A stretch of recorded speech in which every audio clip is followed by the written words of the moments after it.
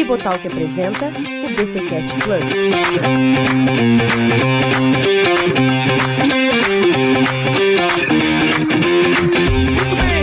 Muito bem, começa mais um BTcast Plus e hoje vamos para o capítulo 21 do Igreja Centrada de Timothy Keller. Eu estou aqui com Igor Miguel. É isso aí, pessoal, vamos lá, que hoje o tema tá fervendo. É nóis. Diego Bittencourt, seja bem-vindo. Muito obrigado, gente. Bom demais estar de volta. Legal, gente, estamos passando já da metade do livro, tá muito legal. Estamos assim, todo o livro do Keller, ele tem coisas bem práticas, assim. E é legal conforme o Keller vai construindo as ideias dele, né? A gente até já comentou em episódios passados como o Keller repete alguns conceitos, né? Eu imagino até que o livro Igreja Centrada, maratonar ele na leitura, às vezes se torna um pouco assim, caramba, Keller, de novo tu tá falando isso.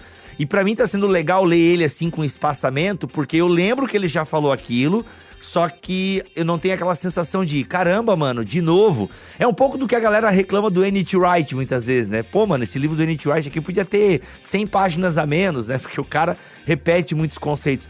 Mas é interessante que como no Keller faz muito sentido isso, claro que no N.T. Wright também faz, defendendo aqui o nosso teólogo britânico, né? Mas assim, faz sentido porque no Keller muito legal, porque como ele vai ampliando, né? Cada vez que ele repete os conceitos, mas ele amplia um pouco mais. E eu tava pensando, e o capítulo de hoje, ele é muito interessante porque vai falar bem da questão do ministério leigo, da liderança leiga, que é preparando as pessoas para a vida missional. E é interessante isso porque, como nós já falamos em episódios anteriores, a igreja, ela, pelo menos assim, pelas viagens que eu já fiz aqui pelo Brasil, analisando até igrejas que eu conheço bem de perto, a maioria das igrejas, elas são muito atracionais, né? No sentido de que atrai pessoas para o culto. O culto é a principal atividade evangelística da igreja, por assim dizer. Vocês têm essa percepção também? Sim, Bibo. Então, eu realmente acho que muito daquilo que é proposto, acho que a gente até conversou, chegou a mencionar no capítulo anterior ou um antes dele, sobre essa questão até de um equívoco da percepção da missionalidade. Então, muito daquilo que as igrejas estão falando de missionalidade, na verdade elas estão falando de estratégias de atração, o que essencialmente não são equivocadas. Claro que nós temos que pensar também, já falamos sobre isso, como é que as pessoas vão chegar, como é que elas vão se sentir, o que a gente está propondo ali, mas tem muito esse viés da atracionalidade. Isso eu tô falando no aspecto ainda mais positivo, né? Daqueles que buscam uma missionalidade. Daqueles que sequer estão ambientados ou familiarizados com essa expressão, aí realmente o culto do domingo se torna quase que o centro da vida das pessoas, o que obviamente vai gerar problemas sérios na espiritualidade como um todo, né? Inclusive a ideia de você desenvolver, né, nas pessoas uma vida missional é justamente transcender isso, né? É o culto público, ele ser só uma parte da missão, a coroa da missão, sei lá, enfim. Mas olha só o que ele diz o seguinte aqui, o Keller citando um cara chamado Bulger, que eu não conheço, tá? Ele diz o seguinte, o Ryan Bulger: para essas igrejas, o culto não é mais o principal meio de comunicação com as pessoas que não fazem parte da comunidade. A comunicação com os de fora acontece dentro da cultura por meio de membros dessa cultura que apresentam o evangelho pela vida que levam. Cara, é a famosa ideia, ô Igor, tu que é um cara também bem ligado nas missões aí, missões transculturais, é a velha ideia de que todo crente é um missionário. Exato. Então, cara, é engraçado, né? Porque a ideia do Keller aqui nesse trecho, citando o Bulger, né, e o Gibbs, que eu acho legal nessa menção aqui, é justamente o elemento mais estratégico e mais, vamos dizer assim, definidor do que significa ser basicamente missional. Ser missional é isso. É ter alta capilaridade cultural, ou seja, a capacidade de penetrar no determinado entorno cultural. A pessoa não pode, por exemplo, se trajar ou adotar um vocabulário ou apresentar um estilo musical, ou não importa. Todos aqueles símbolos que são culturais, né, que sejam estranhos a um determinado contexto que ele está pregando o evangelho ou que ele está dando testemunho de Cristo, né? O que é importante mencionar é que isso pode parecer intuitivo, mas nós já somos pertencentes a uma determinada cultura local. O que é estranho é quando a igreja, ela cria uma cultura de gueto tão em si mesmada que ela vira uma outra cultura, vira uma espécie de subcultura diante da cultura da maioria das pessoas presentes num determinado contexto, né, social, cultural ou étnico que você está ali vivenciando. O que é legal? Alguém poderia dizer assim, cara, mas e aí? Então a igreja tem que virar igual ao do mundo, né? Muita gente poderia perguntar isso nessa altura. Não é isso que o Keller está dizendo. A gente vai ver isso até mais pra frente aí, que o Keller vai dizer que a gente é igual e diferente ao nosso entorno cultural. A gente só não pode ser estranho ao nosso contexto cultural a ponto das pessoas olharem pra gente e falarem assim, não, esse cara ele é um forasteiro cultural, né? E a nossa linguagem ser uma linguagem tão fechada, tão evangeliqueza, né? tão evangelical, que as pessoas não conseguem compreender o que nós estamos dizendo para essa cultura. Então, o cristianismo tem verdades muito fortes, muito claras, muito consistentes, mas a gente precisa ter a capacidade de traduzir isso culturalmente. Não apenas traduzir no vocabulário, mas a gente precisa ter boa circulação cultural. Eu brinco com o pessoal, né? Imagina o seu filho, jovem cristão, numa universidade pública, e aí os amigos estão lá conversando sobre determinada banda musical, e ele tá falando, desculpa, eu só escuto Fernanda Brum, com todo carinho Fernanda Brum, né? Mas assim, não dá. Então você tem que ter algum ponto de contato com o seu entorno cultural, para que no mínimo você tenha voz, para que no mínimo você seja ouvido, né? A gente tem exemplo clássico do próprio apóstolo Paulo, lá no Areópago, citando os poetas gregos, né? Fazendo menção aos escritores daquele contexto cultural, usando uma linguagem pública, né? Que fosse compreensível para o contexto do Areópago. Lembrando que Paulo frequentemente estava na sinagoga, e na sinagoga ele usa outra linguagem, ele usa a linguagem de Sião, né, como dizem os teólogos, mas quando ele vai para o Areópago, ele tem que usar a linguagem de Atenas. Então esse movimento de reconhecer que a gente está dentro de um contexto cultural, né, e que a gente agora comunica a palavra de Deus publicamente, né, para esse entorno, e que cada cristão está sendo equipado para isso, é o grande diferencial do que significa ser um cristão missional ou uma igreja missional. A pergunta que não quer calar é, será que Paulo iria boicotar a Netflix ou seria um assinante dos streamings para estar conversando aí nos Areópagos do século XXI sobre a série do momento? É a pergunta que não quer calar. Porque, mano, eu dou uma risada aí de umas pessoas que cancelaram a Netflix. Aí o Cobra Kai, uma série muito legalzinha, bem nostálgica, não sei se vocês pegaram aí a Cobra Kai, que é a continuação do Karate Kid. Peguei na época do YouTube, Então, aí mudou pra Netflix agora. Daí uma galera, poxa, que pena que a Netflix comprou e tal. Mano, foi boicotar a Netflix, olha aí dá nisso. Mas a pergunta minha, ela tá recheada de brincadeira aqui, mas de fato, hoje em dia, né, você tem a arena intelectual, mas tem a arena das amenidades também. E que muitas vezes, né, seja, por exemplo, a questão do esporte, né, cara, o brasileiro curte esporte, tem já décadas que o brasileiro ampliou, não é mais o futebol, eu vejo, pelo menos a minha bolha, a galera falando de NFL, NBA, vários esportes, assim, tipicamente americanos, por assim dizer, a galera consumindo muito aqui no Brasil, e eu não tenho dúvidas de que dentro dessa proposta que o Keller traz aqui no capítulo 21, você gostar disso e realmente saber conversar sobre isso, são ótimas pontes, né, dialogais para a conversa e isso ser um ponto missionário, por assim dizer, ou um ponto de missão, né? Isso é interessante. Então nada de dizer que meu time é Jesus, né? Eu sou do time de Jesus. Eu digo que é Brasil, porque como eu sou um palmeirense mequetrefe, cara, Mas olha só, uma questão interessante. Tem um casal de amigos que são mais amigos da minha esposa, e de vez em quando a gente se encontra, assim, raramente. Mas pelo menos uma vez por ano a gente tá lá jantando na casa deles, ou vice-versa e tal. E eu sei que ele curte muito futebol, sabe? Então quando eu sei que eu vou encontrá-lo, cara, naquela semana eu faço questão de dar uma inteirada, de acompanhar o noticiário, ver como é que tá aí os campeonatos, dar uma atualizada e ver se o Palmeiras já ganhou o Mundial, alguma coisa assim, entendeu? Por quê? Porque eu sei que a nossa conversa vai girar em torno ou de política ou de futebol, entendeu? E aí de vez em quando alguma coisa da igreja e tal. Mas ele é um cara que não curte muito cultura pop e tal, então assim, pra eu até ter um assunto com ele, ter alguns links, eu dou uma atualizada aí no calendário esportivo pra poder conversar com o cara, entendeu? E não ficar aquela coisa meio tipo, sabe, enfim. Por quê? Porque eu penso que isso faz parte, a partir dali vem os ganchos, vem os links e tal, e a gente consegue fazer algumas pontes interessantes, né? Um outro ponto importante aqui que eu quero destacar é esse trecho do Michael Green, né? Esse livro, inclusive, tem em português. Foi relançado pela Vida Nova, inclusive, com capa nova. Evangelização na Igreja Primitiva. Primitiva, do Michael Green, super recomendado.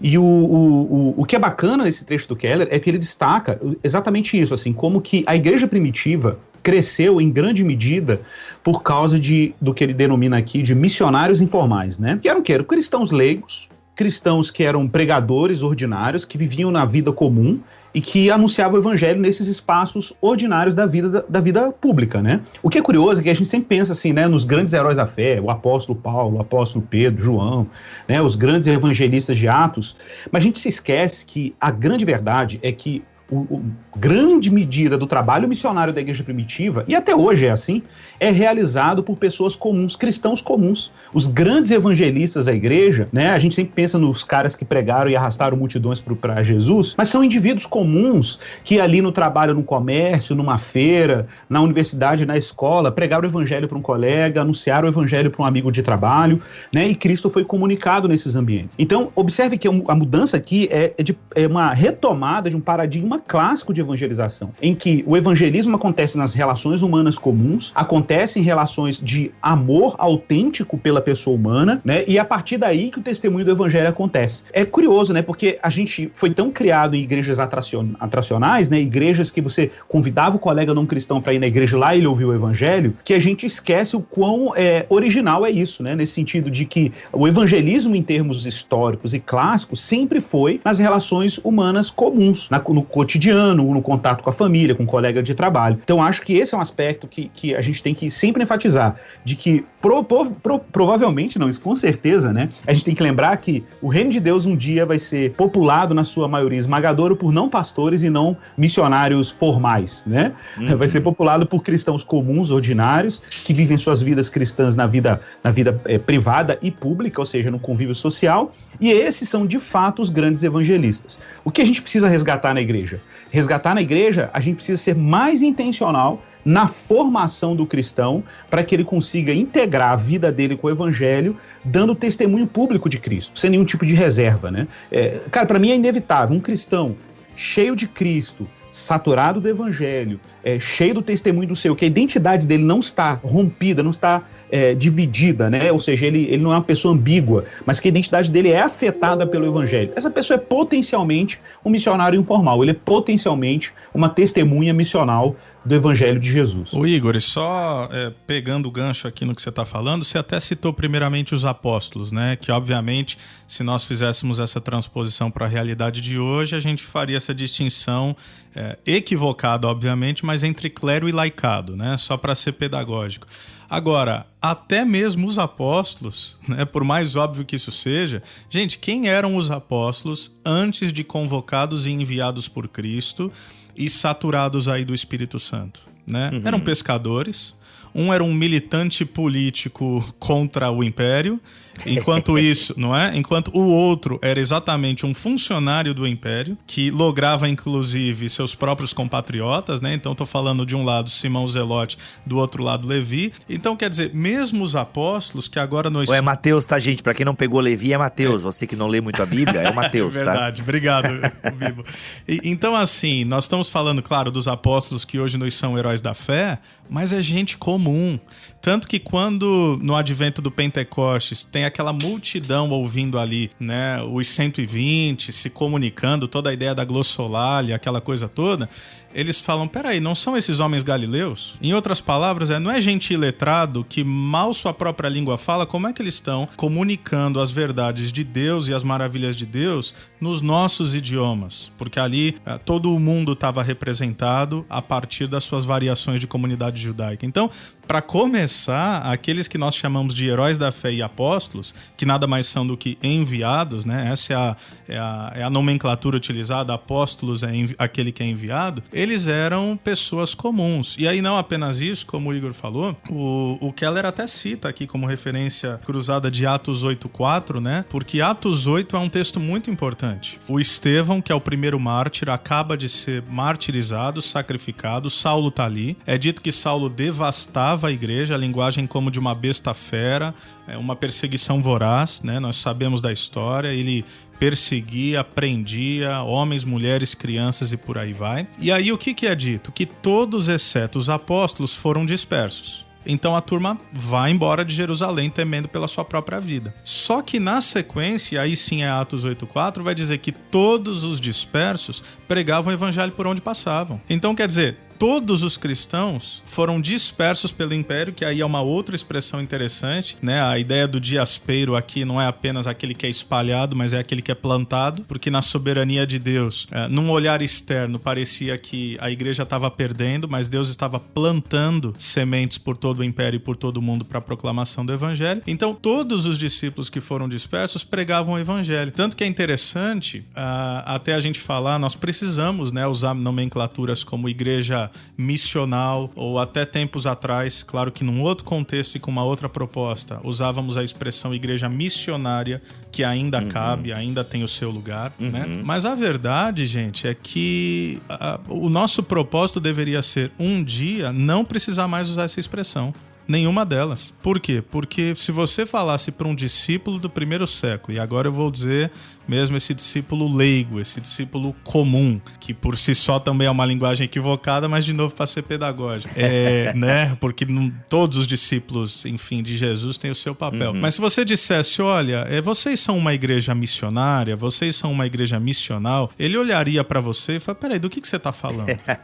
Eu não sei do que você está falando, porque, óbvio, ser discípulo de Jesus é ser um agente de missão, um agente de Deus em missão no mundo, né? Então é isso, esse crescimento explosivo da igreja, não apenas primitiva, mas através de todos os séculos, se dá exatamente por essa encarnação do evangelho, da saturação do Espírito, que nos leva à proclamação, inclusive informal, do evangelho de Jesus Cristo. É aquela coisa do estar em Cristo, né? Por exemplo, a gente fala em vários estilos de vida. O estilo de vida fitness, o estilo de vida fatness, que é o meu caso.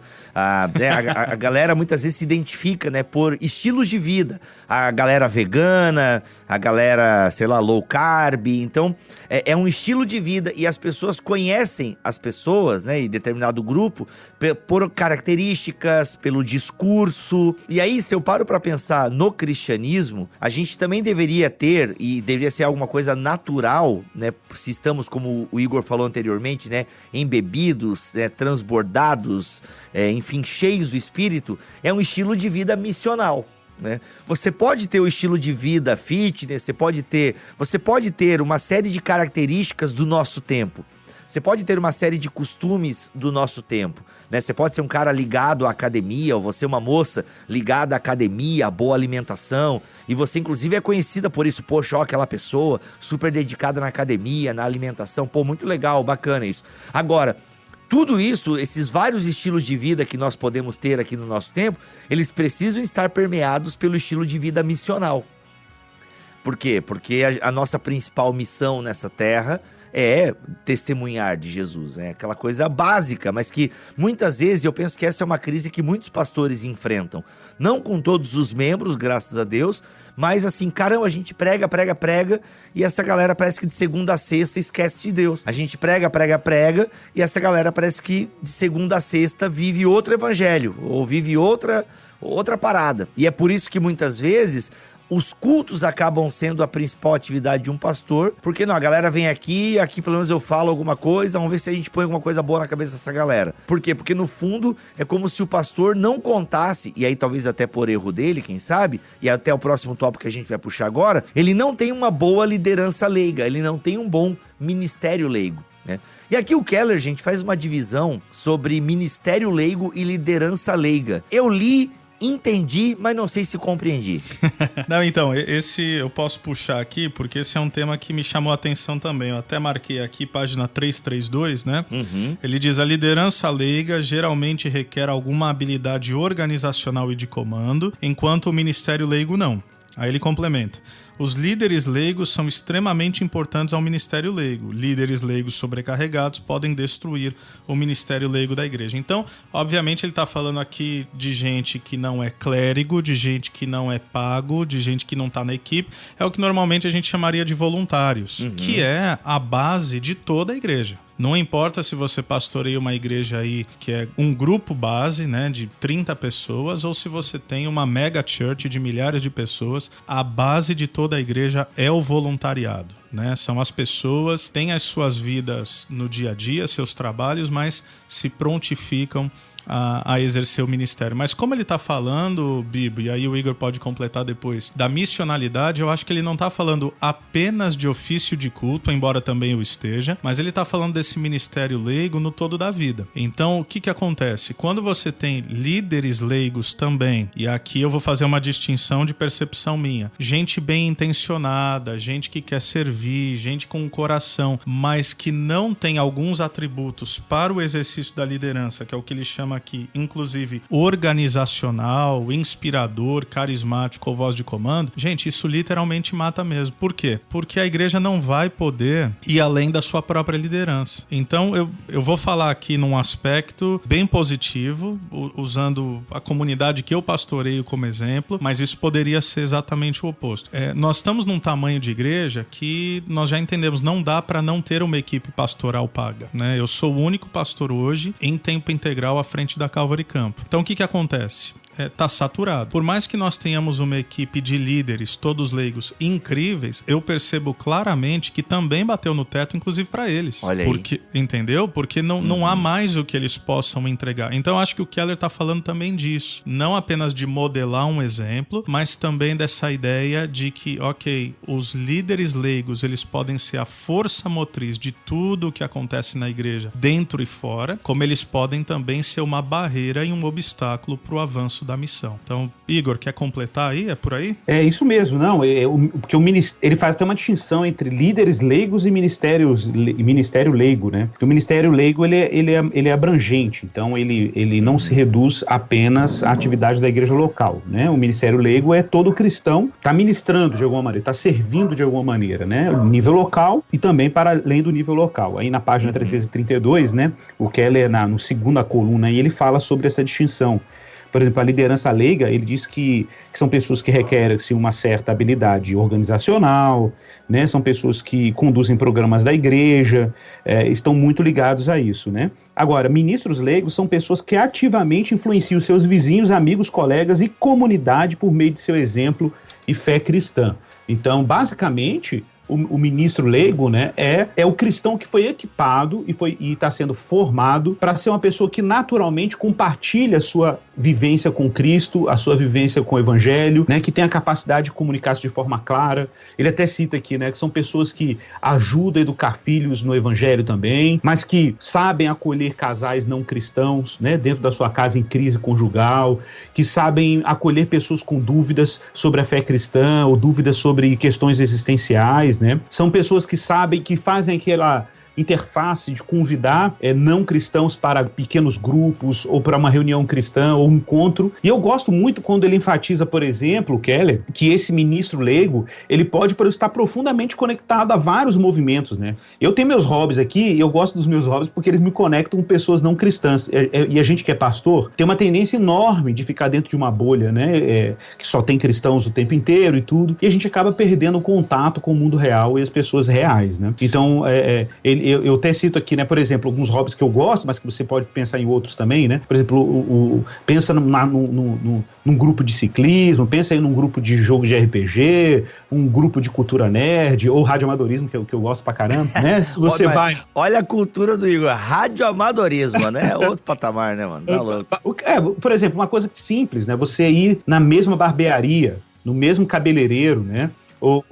Entendeu? Tipo assim, evitar ficar mudando. Por quê? Porque você cria relações, né? As pessoas que frequentam aquele espaço, a própria profissional que está te atendendo. Então você se conecta com pessoas reais fora do seu mundo dito evangélico, esse mundo seguro, né? E a gente acaba criando uma certa, vamos dizer assim, incapacidade, inclusive, de usar um vocabulário adequado para se conectar com essas pessoas. Então acho que a gente tem, o ministro leigo tem esse potencial, né? De criar esses espaços de convívio social e ele mesmo está, né, circulando nesses espaços de maneira intencional na apresentação do evangelho. Cara, tem um amigo meu que ele tem igreja, ele é um pastor luterano no interior aqui de Santa Catarina. E, mano, interior mesmo, quando eu digo, tá ligado? Então, assim, a galera matando porco, entendeu? Então ele recebe, assim, carne de porco que o cara acabou de cortar ali, sabe? Então, e sabe o lugar que ele frequenta? O bar, cara. Ele vai no bar, entendeu? Ele, como um bom pastor luterano, bebe a cervejinha dele. E ele vai lá porque ele fala assim, cara, é lá que as pessoas estão, cara. E é incrível a conexão que ele consegue fazer lá com as pessoas. Não tem entender o dilema da comunidade.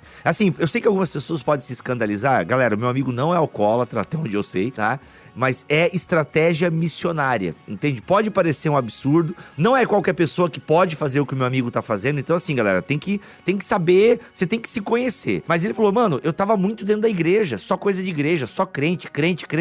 Meu, onde é que eu encontro as pessoas dessa cidade? Então no campo ou onde as pessoas estão fazendo, eu esqueci o nome, que é tirar a carne. Tem um termo aí que a galera do interior usa, que é tipo descarnificar, sei lá o que é, tirar a carne lá do animal, e o bar, entendeu? Então são os lugares que o cara começou a frequentar pra ter a presença dele, pra ali testemunhar. Falei, cara, genial. Me lembrei do Mark Driscoll, né, do pastor da Reformação, que ele conta, por exemplo, que na igreja dele lá, ele tem, por exemplo, tatuadores, né, que são membros da igreja. A nossa igreja a gente tem também isso. Ele fala assim, poxa, o cara converte o evangelho, eu vou lá e falo pra ele, agora para de tatuar. Cara, o cara tava lá, tem contato com gente não cristã o dia inteiro, com cristãos também, naturalmente, mas mais não cristãos, que ele tá falando do contexto de Seattle, que era o contexto que ele pastoreava antes, né? Então, você imagina, o potencial que essa pessoa agora tem de comunicar o evangelho pra gente que o pastor não vai comunicar, né? E que o pastor não vai chegar lá. Então, mas que outras pessoas podem estar lá, né? Organicamente, a partir dos seus ofícios ou dos seus vínculos aí de hobbies, de lazer e coisas dessa natureza. E vocês sabem, gente, eu queria destacar aqui que também é uma cadeia de influência, né? Como o Igor falou, e aí o Bibo também acabou contribuindo com essa questão, tudo começa, e aí não é para sobrecarregar os pastores que vão nos ouvir, ou mesmo dar subsídios para os membros, falar, aí tá vendo, pastor, depois que eu vi o podcast, né? Mas tudo começa sim não apenas pela atividade pastoral, mas pela influência que o pastor exerce, ele também como discípulo vivendo a missionalidade. Né? Então, não adianta nós pregarmos sobre missionalidade se nós não tivermos, por exemplo, na nossa agenda, eu tenho na minha agenda, entendeu? Não é sempre uma coisa assim, com horas marcadas, mas eu tenho na minha agenda, gastar tempo com não cristãos. Isso é parte do meu ministério, parte crucial, exatamente pelo que o Igor falou, pelo diálogo ou pelos pontos de encontro. Paulo fazia isso, né? Foi falado aqui mais cedo sobre Paulo em Atenas, então onde é que ele vai? Ele vai para o mercado, ele vai para praça pública até que ele recebe o convite de dialogar lá no Areópago, na Colina de Marte. Então, esse é um primeiro destaque. O pastor, ele exerce essa influência, essa liderança, por exemplo, e aí os líderes leigos vendo a equipe pastoral, ou os pastores, enfim, fala, puxa vida, então isso é encarnar o evangelho, né? E aí vai se manifestando em todas as camadas, em todas as áreas da vida, da existência e a partir da igreja. E uma outra coisa que eu queria destacar, que eu achei muito interessante, é que o Keller vai falar o seguinte, segundo a minha experiência, página 332, quando pelo menos 20 a 25 dos membros da igreja estão engajados nesse tipo de ministério orgânico e relacional do evangelho, isso cria um dinamismo poderoso que inspira a igreja toda e amplia bastante a capacidade de edificação e de evangelização, né? Eu achei encorajador, mas ao mesmo tempo angustiante, gente. Por quê? Não é? Pro Keller falar que pela experiência dele, quando tem 20 a 25% da igreja, porque parece aqui que a gente tá falando de uma utopia onde todos os membros, é isso que a gente quer, né? Óbvio. Mas a gente parece que tá falando, não, a igreja toda, 100% engajada na missionalidade. O Keller tá falando, não, se 20% for, já faz um estrago, no bom sentido. Não é o que o John Wesley falava? Me dê 100 homens, ou 100 ou 10, não lembro, mas era uma quantidade aí, me dê 100 homens que temam a Deus e odeiam o pecado, e eu ganharei o mundo, ou abalarei a Europa, não lembro agora aí, mas sim. Exato. Então, quer dizer, por que o ponto da angústia aqui, né? Só pra justificar. Porque isso implica, obviamente, que nem 2 em cada 10 cristãos vivem engajados numa vida missional. Então, pense aí numa igreja de 100 pessoas, o Keller está afirmando, de certa forma, que não tem 20 que vivem assim. Então fica, inclusive, um desafio. Eu sei que, Bibo, muita gente ouve aqui o nosso podcast e sim, tem pastores, mas muitos membros de igreja. Então, assim, em nome de Jesus, é um apelo aqui pastoral, encarne o evangelho no todo da vida para a glória de Deus. Porque, de fato, tem pouca gente vivendo essa realidade, né? Tal como o Keller está propondo. A frase correta é: dai-me 100 homens que nada temam senão o pecado e que nada desejam senão a Deus, e eu abalarei o mundo. Segundo dizem, John Wesley falou isso. Enfim. Boa.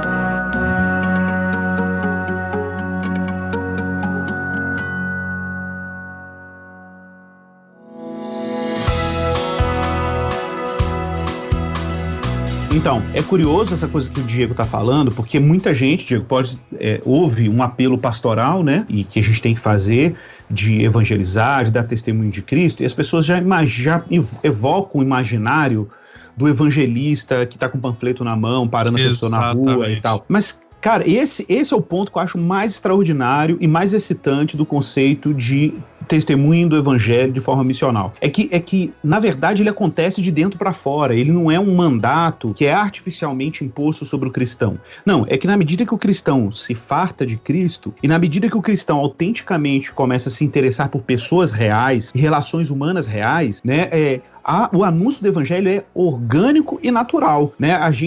Isso brota de dentro para fora, você tem interesse de se conectar com as pessoas, né? Você tem interesse autenticamente de se relacionar com gente. E isso, eu até adiciono esse elemento, e em algum momento o Keller cita também o Schaeffer aqui, que é essa coisa que o Schaeffer tinha, né? De amar ser humano, de ouvir ser humano real, entender as questões do seu tempo, para poder dar uma resposta adequada, né? Então, eu falo que um cristão que é evangelista, ele tem que ser quase uma espécie de antropólogo nesse sentido, assim, de ser uma pessoa interessada em como as pessoas funcionam, né? O que as pessoas estão ansiando, por que elas estão indo no bar? Por que elas estão indo para a balada? Por que elas estão indo para o clube? Por que elas estão indo para um grupo de leitura? Né? Por que elas estão estudando arte? Buscando uma espiritualidade, às vezes, esotérica, né? Uma espiritualidade alternativa, uma filosofia? Por que elas têm tantas paixões políticas? Nesse cenário, né? Como que nós, cristãos, nos portamos diante disso? Como que a gente aprende com o outro? Né? Então, o que eu acho mais excitante nessa abordagem é que, de alguma maneira, é uma abordagem que devolve, em contrapartida, a uma vida em que o cristão se relaciona autenticamente com seres humanos. Você tem auto-interesse em como o ser humano funciona. Você não se isola dele. E a gente tem que chamar atenção para esse fato. O Schaeffer já denunciava isso também, que um dos maiores inimigos da fé cristã no Ocidente hoje é o quê? É o estilo de vida de classe média. Esse estilo de vida de classe média, em que a gente vive uma vida numa bolha mesmo, você entra dentro de um carro com ar-condicionado, leva os meninos na escola e volta para casa, e sabe, vive, vai no shopping, e etc e tal. Então a gente vive uma espécie de hiper-vida privada, né? É curioso porque a gente criou um negócio chamado carro que não serve só para nos deslocar, serve pra gente continuar vivendo a vida privada na vida pública. Você tá numa bolha, você estende... Caraca, você pensar mano. nisso, você estende a vida privada. Faz sentido. Você estende a vida privada pra vida pública, entendeu? Então o carro é uma extensão da casa, só que se desloca. Então, tipo... E é muito maluco, porque você continua se isolando socialmente das pessoas. E eu gosto muito quando o Keller... Igor, deixa eu te interromper. Tu gosta muito quando o Keller fala, tu parou nessa parte, mas eu preciso te interromper. Tá. Pega essa que o Packer colocou aqui. Olha só, pega essa frase do Packer. A ambição na vida de muitos cristãos parece limitada a edificar um bom lar cristão de classe média, fazer alguns bons amigos cristãos de classe média, criar os filhos de boas maneiras cristãs de classe média e deixar o marginalizado pela comunidade, cristão ou não, se virar da melhor maneira que puder. Cara, perfeito. Nossa, perfeito. É um American Dream, né, meu amigo? É isso aí. E, cara, tem muito cristão vivendo essa realidade. Assim, que não consegue se expor, não consegue... Cara, tem crentes da minha igreja que não conseguem se ver subindo numa comunidade de periferia, subindo um morro, né? Por quê? Porque tá tão carregado das narrativas jornalísticas de violência e urbana, não sei o quê, mas ele esquece esse senso de que, cara, eu sou um cristão, eu fiz isso durante 6 anos, subindo e descendo o morro, nada me aconteceu, eu via notícias de tiroteio mais nos jornais do que dentro das comunidades, né? Então, tipo assim, você conectar com gente real, cara, isso é uma experiência extraordinária. É uma experiência extraordinária. Você, por exemplo, evitar deslocar de carro o tempo inteiro, mas de repente, não, cara, eu vou a pé até ali, só pra cumprimentar a pessoa do caixa, né? Só pra poder cumprimentar a pessoa na rua, só pra poder ver o cara que vende ovo ali, vou comprar um ovo, bater, dar um bom dia, uma boa tarde. E você respirar relações humanas concretas para além da sua vida, né? Se arriscar, inclusive, a fazer isso, porque não há nenhum problema nisso, né? O cristão tem que se arriscar mais relacionalmente.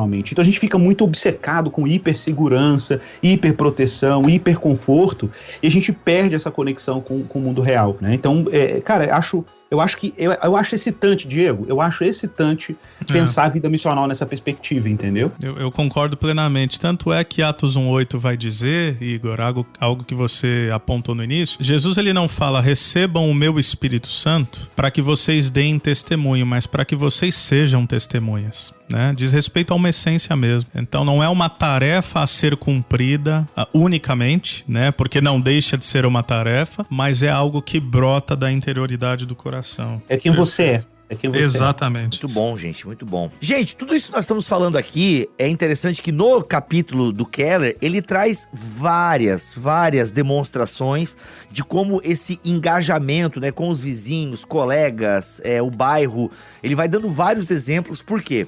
Para o Keller, né, e nesse capítulo ele defende muito isso, e trazendo até o que o Igor falou lá no início da fala dele, não é bem pegar um panfleto e sair por aí entregando, não. A vida missional, ela te torna um missionário nos ambientes que você vive. Então você, na sua convivência com os amigos, familiares, o evangelho vai estar ali, entendeu? Ou até mesmo na questão projetos artísticos que você participa, ou seja, de que maneira você está participando da cidade, de que maneira, isso o Keller fala ao longo do livro dele, né? De que maneira você está abençoando a cidade, fazendo parte da cidade. Bem, uma vida missional, ela vai acontecer ali, é natural, né? Deixa acontecer naturalmente, como já dizia aquele hino, né? Então, qual é a palavra que tu gosta, a expressão que o Keller resume essa pegada aí, Diego, que você estava falando no início da nossa conversa? Então, eu acho que a expressão que ele usa, que nos ajuda bastante, é integridade relacional. Né? Tá lá na página 337, ele fala: os cristãos mostram integridade relacional quando se envolvem na vida relacional da cidade e quando sua fé é integrada a todos os aspectos da vida. Então, é bem isso que você tá falando, Bibo, e vários exemplos o próprio Igor já deu, né?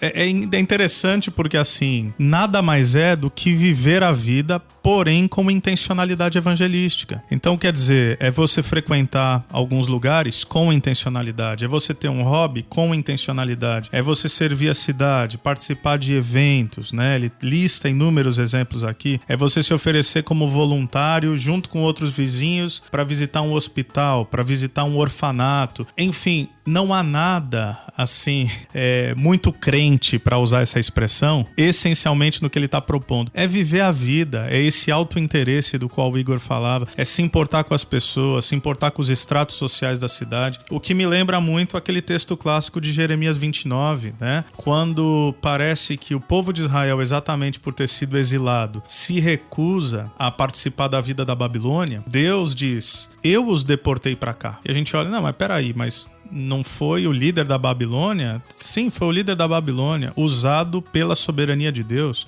Porque Deus diz: eu os trouxe até aqui. Então, construam casas, plantem vinhas. O que Deus está nos instruindo, e eu acho que a correlação aqui com Keller cabe bem, é participarmos dos estratos sociais da nossa cidade. Eu quero até pedir licença para dar um exemplo muito bonito que a gente tem vivido aqui nesse momento de pandemia. Acho que até compartilhei com vocês, não sei se em podcast ou em off, mas nós lançamos aqui o Calvary Impact Hub, que é um hub de negócio de impacto. Já conversei com o Igor sobre isso, eles têm um trabalho fantástico lá em BH também. Aí tenho conversado muito com o Fabinho pra gente se aproximar, o Fábio Silva lá do Recife. Enfim, tudo começou com um sonho de 2 anos atrás, quando inclusive, acho que isso eu nunca falei aqui, visitando Nova York, Bibo. Olhando lá, fazendo esse curso lá do International Intensives, tendo aula com o Keller e com a equipe dele. E aí eu conheci uma instituição chamada Hope for New York, que, de modo muito resumido, nasce da igreja. Não é uma instituição que pertence à igreja no sentido daquele, é um ministério. Essencialmente mas na prática tem vida própria. Tá debaixo do guarda-chuva da cosmovisão cristã, mas tem vida própria, que nada mais é do que um desejo de, a partir da nossa percepção da fé cristã, servirmos a cidade. Eu falei, puxa vida, por que não na minha cidade? Olha aí. Um pensamento meio doido, mas se funciona em Nova York, deve funcionar em Campo Mourão.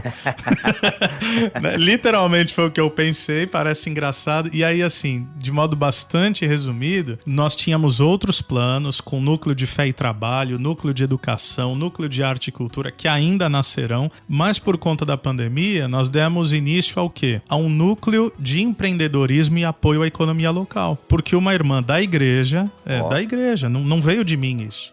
Ela falou: Diego, a gente ia lançar o Hub, mas agora veio a pandemia. Vamos mudar a estratégia de um núcleo? Falei, como? Falou, vai ter gente que vai fechar as portas, comerciantes que não vão saber o que fazer, não vão saber como produzir, não vão saber como escoar a produção, vão ter que demitir funcionários. Por que a gente não junta um time incrível de mentores e traz mentoria voluntária e gratuita para essa galera em meio à pandemia? Em resumo, nós já ajudamos mais de 65 empresas. Caraca, nenhuma delas fecharam. E a maioria, isso que é mais legal, Bibo e Igor, a maioria dos nossos mentores, que são assim de altíssima performance, a maioria não é da igreja. Então, é algo que nasce na igreja, mas é algo que ganha a cidade. Por quê? Porque nós entendemos, ok, como é que a gente pode servir agora a partir, para usar bem a expressão do texto aqui, de um membro leigo que ama Jesus, que ama a cidade, que é cheio do Espírito Santo e que falou, bom, eu trabalho na área de mentoria, empreendedorismo, inovação e negócios. O que eu posso fazer com os dons que Deus me deu para servir a cidade nesse momento? E aí o que acontece? Quando as pessoas perguntam, mas peraí, o que igreja tem a ver com empreendedorismo, com mentoria? Aí sim é a oportunidade de falar, bom, deixa a gente te falar o como a nossa fé não fala apenas de igreja e de culto de domingo, mas a nossa fé tem implicações por todo da vida. Então, é por aí. Muito bom.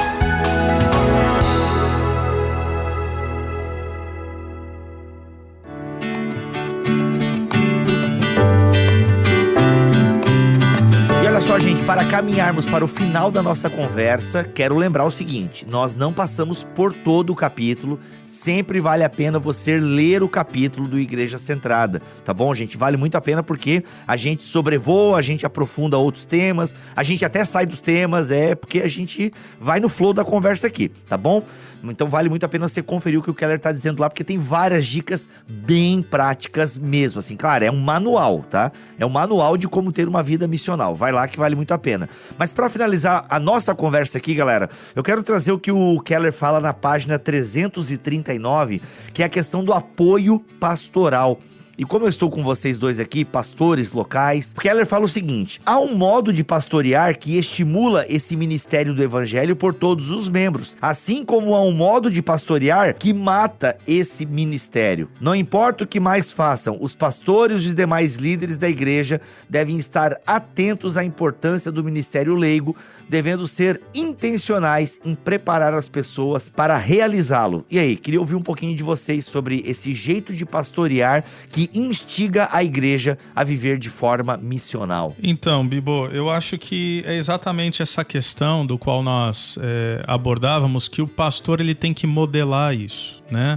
Não apenas pregar, não apenas ensinar, equipar, disponibilizar trilhas de aprofundamento teológico para a igreja, cursos, eventos, o que quer que seja que você entenda como sua estratégia, mas é mostrar a partir da sua vida que você se preocupa com seu vizinho, que você se preocupa com a cidade, que você na sua agenda, repito, tem blocos intencionais no qual você vai participar dos estratos sociais da cidade. Então, quando o pessoal fala, nossa, por que será? E é interessante que no começo, dependendo da realidade da igreja, né, para igrejas como Esperança ou Calvary Camp que nós plantamos, acho que é mais fácil você criar um ethos desde o início, né? Você já cria essa ideia e essa cultura. Mas de repente tem igrejas que estão pensando, puxa, a gente quer fazer essa curva. No começo, a verdade o pastor tem que ser meio casca grossa, no bom sentido. Porque os membros vão olhar e falar, pô, mas eu achei que o pastor estava aqui para mim. Eu achei que a vida dele era me aconselhar, eu achei que a vida dele era me ligar, eu achei que a vida dele era ficar no gabinete. Que história é essa dele participar da associação comercial da cidade, por exemplo? Que história é essa dele participar, sei lá, de uma secretaria de educação, né? Então parece para alguns membros, inclusive nas nossas igrejas que já estão habituadas a isso, também pode parecer que eles estão perdendo um pouco do tempo do seu pastor. Mas se isso for feito de modo intencional, se for feito de modo com um amparo teológico e não apenas fazendo as coisas, mas explicando o porquê nós fazemos o que fazemos, a igreja vai assim caindo a ficha. Falar, ok, então eu entendi o porquê que ele faz o que ele faz. Agora eu entendi que isso também cabe a mim, né? Como Calvino, né, falava que a igreja é uma incubadora de virtudes. Então, o pastor ele não vai chegar em todos os lugares que os membros chegariam, mas a partir dessa rede de influência ou dessa integridade relacional, ao começar pelo pastor, eu acho que as coisas vão caminhando exatamente nesse sentido. Então, e eu inclusive gostaria de adicionar que o que o Diego falou é tão importante, porque isso encoraja o pastor também a viver uma vida. Ele não tem como fazer essa missão orgânica, porque ele tem algumas prioridades que estão relacionadas à igreja local. Mas, por outro lado, existem iniciativas que o pastor pode se envolver, iniciativas que diz respeito, inclusive, à conexão dele com pessoas não cristãs, né? O fato de a gente estar ligado à igreja, aos ofícios da igreja, não é uma justificativa, naturalmente, para a gente também não ter as nossas conexões com pessoas comuns, né? No dia a dia, na vida, porque isso, inclusive, inspira, isso, inclusive, orienta os membros da igreja o que é viver uma vida realmente missional. Agora, o que o Keller fala aqui, né, do pastor ter reuniões regulares com os ministros leigos, né, para conversar com eles, para explicar o que pode ser melhorado, como que está sendo a vivência dele em determinadas esferas da sociedade, é fundamental. Inclusive, reconhecer que determinados membros da nossa igreja, se não todos, eles são uma espécie de missionários enviados para vários lugares da sociedade. A gente tem profissionais que estão aí trabalhando nos tribunais, temos pessoas que estão aí trabalhando nos hospitais públicos ou hospitais privados, nós temos professores de escola pública. Olha o potencial que nós temos, né, como igreja, de ajudar pessoas, de servir pessoas e, claro, de comunicar a realidade do evangelho, né? Então, às vezes o que falta é uma orientação, o que falta às vezes é fornecer subsídio para as pessoas tornarem de maneira pública a sua fé. Já falei sobre isso aqui, e o Keller também fala isso no livro, de que a vantagem de você pregar no púlpito como pastor e de dar formação para a sua igreja sobre do dia a dia, questões da vida comum, questões que as pessoas estão apresentando numa linguagem comum, numa linguagem pública, numa linguagem que não seja de tribo ou de gueto, é que você, no final das contas, está equipando a sua igreja a dar explicações para questões que chegam para eles todos os dias nos seus ambientes de convívio social, né? As pessoas fazem perguntas profundas, perguntas sérias, em relação à liberdade sexual, em relação a aborto, em relação à existência de Deus, o problema do mal no mundo, né? Então, se a minha igreja está ouvindo isso do púlpito, né, e se ela está sendo treinada nisso, eu estou equipando uma geração, né? Estou equipando pessoas que vão saber lá fora darem razão da sua fé, né? Então, acho que, de novo, o nosso púlpito precisa ser um púlpito que responda a questões reais a partir do que o evangelho é. E, nesse sentido, a gente acaba realmente equipando cristãos para darem um testemunho missional de Cristo na vida cotidiana. Uau, muito bom. Quer falar, Diego? Eu sei que você tá empolgado, você deu uma respirada aí que ia entrar com tudo. Eu dei, Vai, mano, vai. Que temos então, mais deixa eu voltar. 5 minutos, vai lá. Não, essa risada, vai deixar toda essa risada, toda essa fungada, toda essa minha fala vai ficar aqui.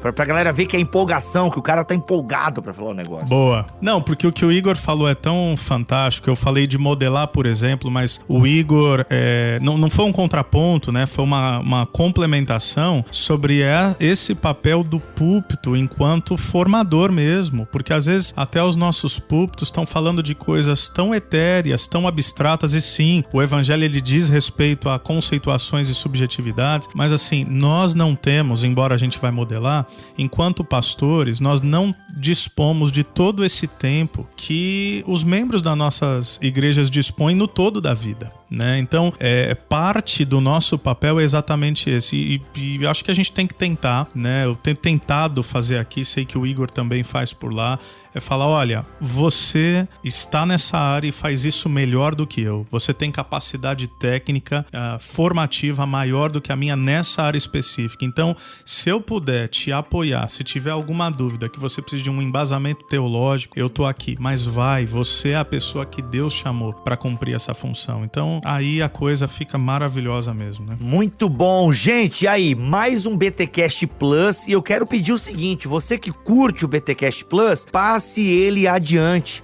Sério, eu penso que o material que a gente está produzindo aqui, com base, né, partindo do livro do Keller, é muito importante para a igreja brasileira. Eu tenho ouvido testemunhos de pessoas que descobrem o BTcast Plus. Caraca, meu Deus, é muito bom! Como é que eu não ouvia isso antes? Então, cara, passe adiante, porque é um conteúdo riquíssimo que nós estamos produzindo aqui, mas às vezes eu vejo o número de downloads do BTcast Plus e é a metade dos outros BTcasts. E, cara, é um material tão bom enquanto, então você que ouve, você que curte o BTcast Plus, eu quero pedir a sua ajuda para ir evangelizar as pessoas, ensiná-las a ouvir podcast. Agora o BTcast Plus, ele está também no YouTube, a gente, se eu não me engano, quase todos os episódios estão no YouTube, isso facilita um pouco. Tem playlist no Spotify, tá? Então assim, cara, vai lá, ensina a pessoa a ouvir podcast e ensine ela a ouvir o BTcast Plus, principalmente se ela for uma pessoa ligada à igreja, à liderança da igreja. Claro que hoje a gente viu que não necessariamente líderes da igreja devem ler o Keller, mas como é importante que todo membro tenha contato. Então assim, ajude a gente a crescer e aumentar a audiência do BTcast Plus. Nós estamos caminhando para o final do Igreja Centrada, mas ano que vem a gente vai começar um novo livro e com certeza, e é um livro extremamente ligado à questão de missão, vai ser demais. Igor, obrigado pela tua presença aqui em mais um BTcast Plus, mano. Foi um prazer, querido, foi um prazer, Diegão. É bom demais conversar com vocês, meu irmão. Tamo junto, Diego, é nóis. Muito obrigado, gente, sempre bom mesmo, viu? Bibo, Igor, Deus abençoe vocês, meus amigos. Voltamos na semana que vem, se Deus quiser e assim permitir. Fiquem todos na paz do Senhor Jesus.